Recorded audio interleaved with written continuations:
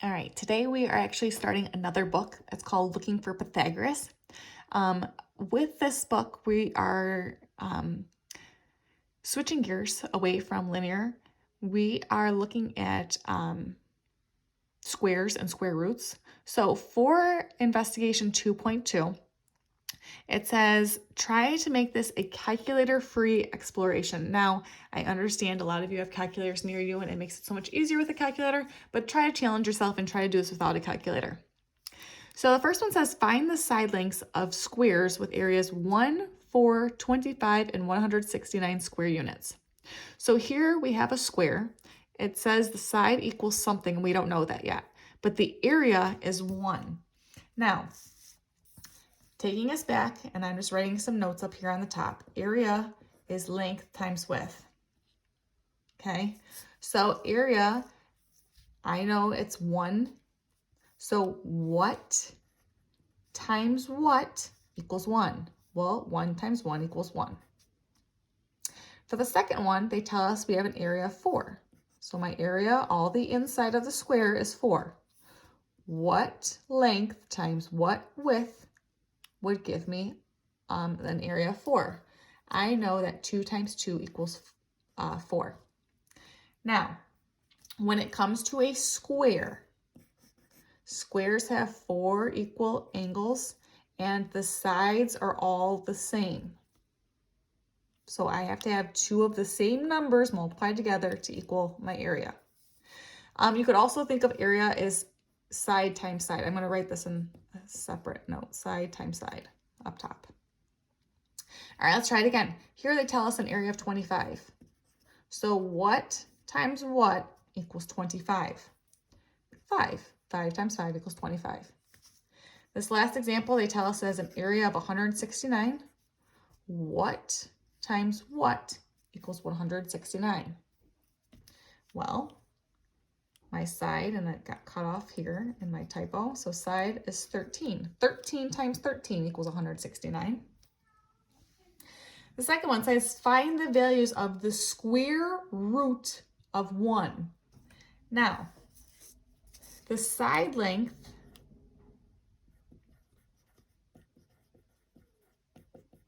is the square root of the area.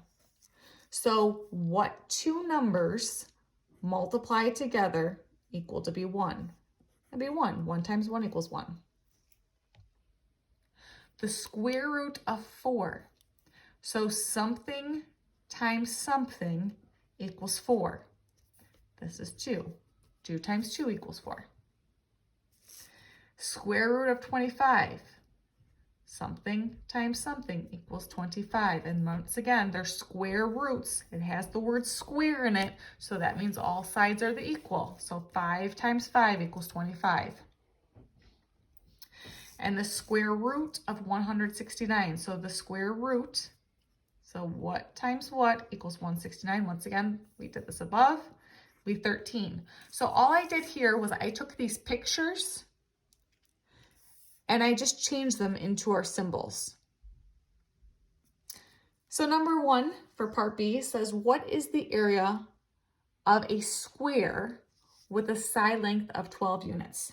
So I like to draw. So here's the square. So what is the area? So we're trying to figure out the area, the inside. And it's got the side lengths of 12 units. So I've got 12 and 12 because all sides are the same. And 12 times 12, or 12 squared, equals 144.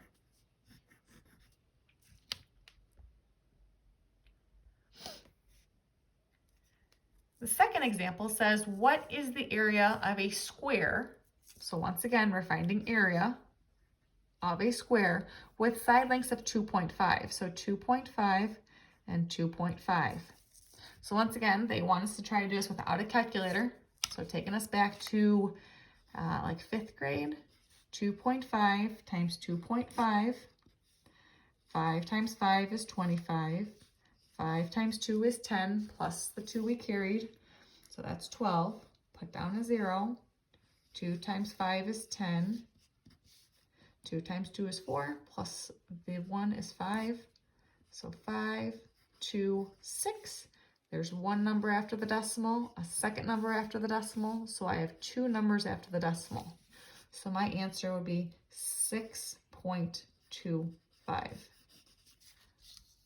Let me grab myself a highlighter so my answers stand out because it's kind of getting all jumbled.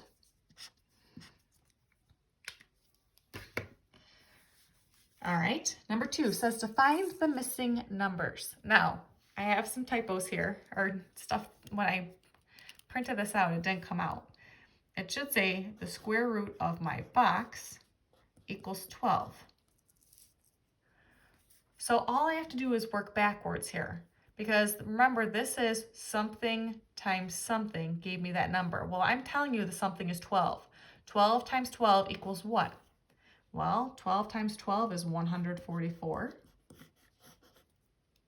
I'm going to highlight that again. This next problem should say the square root of something gives me 2.5. So once again, something times something gives me the area. Well, I'm telling you that this is 2.5. 2.5 times 2.5. So once again, we already did this 2.5 times 2.5. So my box would actually be 6.25. Highlight my answer there.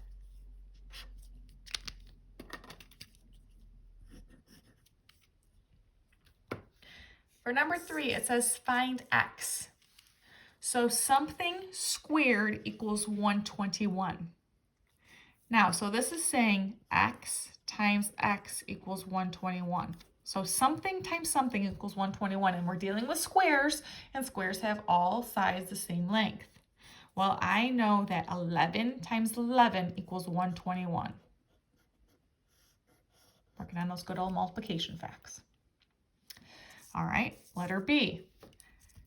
X squared, so something times something equals 2.25. So we need to figure out what is that something. Now, you could also do the opposite. Now this says x squared equals 2.25. This is squaring, and the opposite of squaring is square rooting.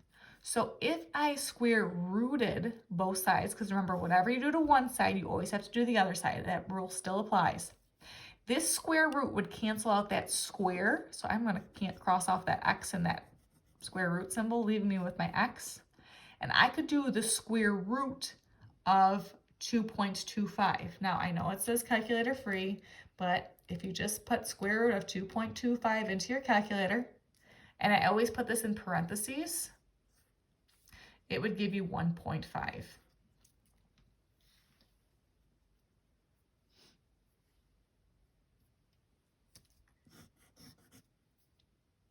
Letter C says x squared equals 324. So x times x equals 324.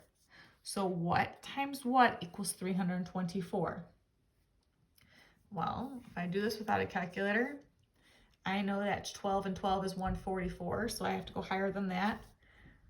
And if I do 20 times 20, I know that's 400, so that's lower than that. So if I try 17 times 17 is, let's see, 49, 7, 8, 9, 10, 11, 7, 1, 9, 8, 289.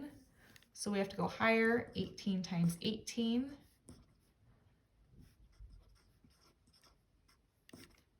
4, that's 12, 324. So x equals 18.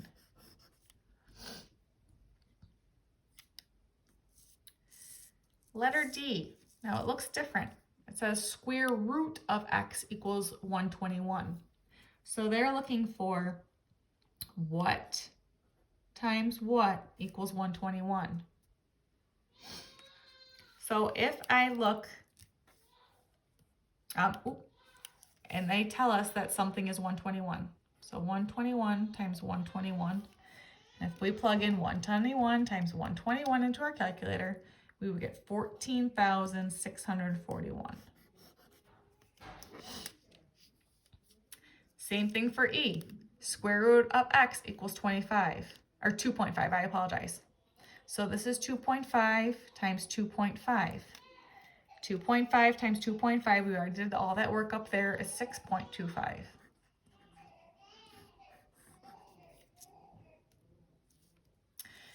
Letter F, a good fraction. They never go away. Square root of x equals 3/4. So if I do 3/4 times 3/4, 3 times 3 is 9, 4 times 4 is 16. I'm just going to leave it as 9/16.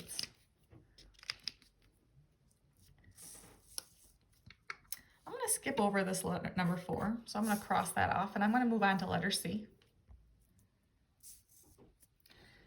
Letter C says, between which two consecutive whole numbers does the square root of 10 lie? Now, if we're trying to figure out the square root of 10, it's not a perfect square. And what I mean, and I'm going to flip to this second page before I work on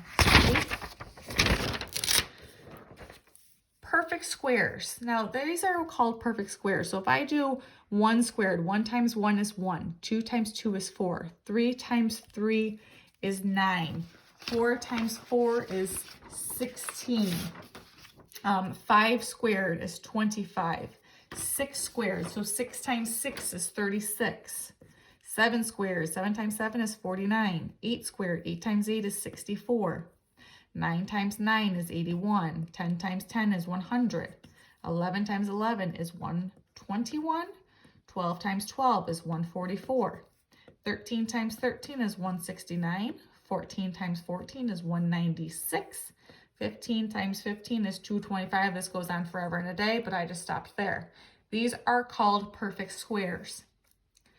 We could also do the square roots. So square root of 1 is 1. The square root of 4 is 2. 2 times 2 equals that 4. Something times something equals 9, that's 3. Something times something is 16, that's 4. Something times something is 25. 5 times 5 is 25. 6 times 6 is 36. 7 times 7 is 49. 8 times 8 is 64. 9 times 9 is 81. 10 times 10 is 100. 11 times 11 is 121. 12 times 12 is 144. 13 times 13 is 169. 14 times 14 is 196. 15 times 15 is 225. These are called perfect squares. So going back to C, they're asking you between which